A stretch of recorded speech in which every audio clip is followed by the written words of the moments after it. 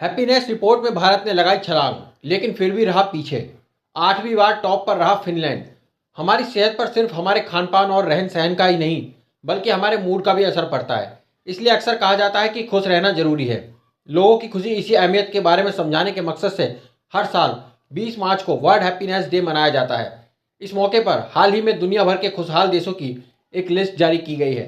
इसे सूची को तैयार करने के लिए दानशीलता, दयालुता और मेलजोल के रहने में विश्व के देशों में व्यापक प्रसन्नता को रखा गया है। इसमें खुशहाली के 8 पायदान ऊपर चढ़कर भारत ने इस साल दुनिया में 118वां स्थान हासिल किया है, जबकि अमेरिका की खुशहाली अब तक के न्यूनतम स्तर पर पहुंचकर 24वें स्थान पर है।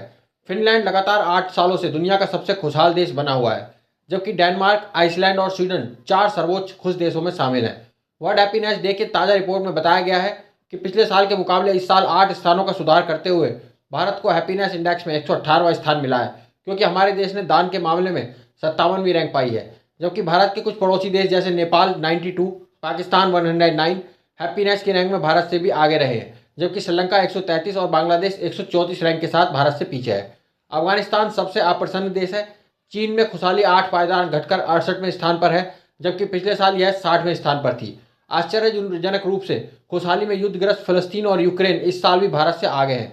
फलस्तीन की रैंक 108 और यूक्रेन की 111 है। इसी के साथ रिपोर्ट में कहा गया है कि 147 खुशहाल देशों की सूची में अब अमेरिका सबसे 20 खुशहाल देशों में भी शुमार नहीं हो सका है। इस बार उसकी रैंक 24 है, जो अब तक के सभी सालों की न्यूनतम है।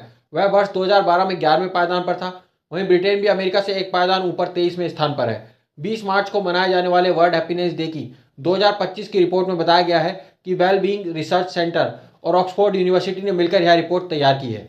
इसमें शामिल 147 देशों की खुशी का आधार संपत्ति और गाड़ी बंगले से नहीं, बल्कि लोगों के मददगार होने और मिल बांट कर रहने की आदत से आकी जाती है, जिसका पैमाना सांस्कृतिक व संस्थागत विभेद के साथ ही दान, अजनबियों की मदद आदि करना होता है।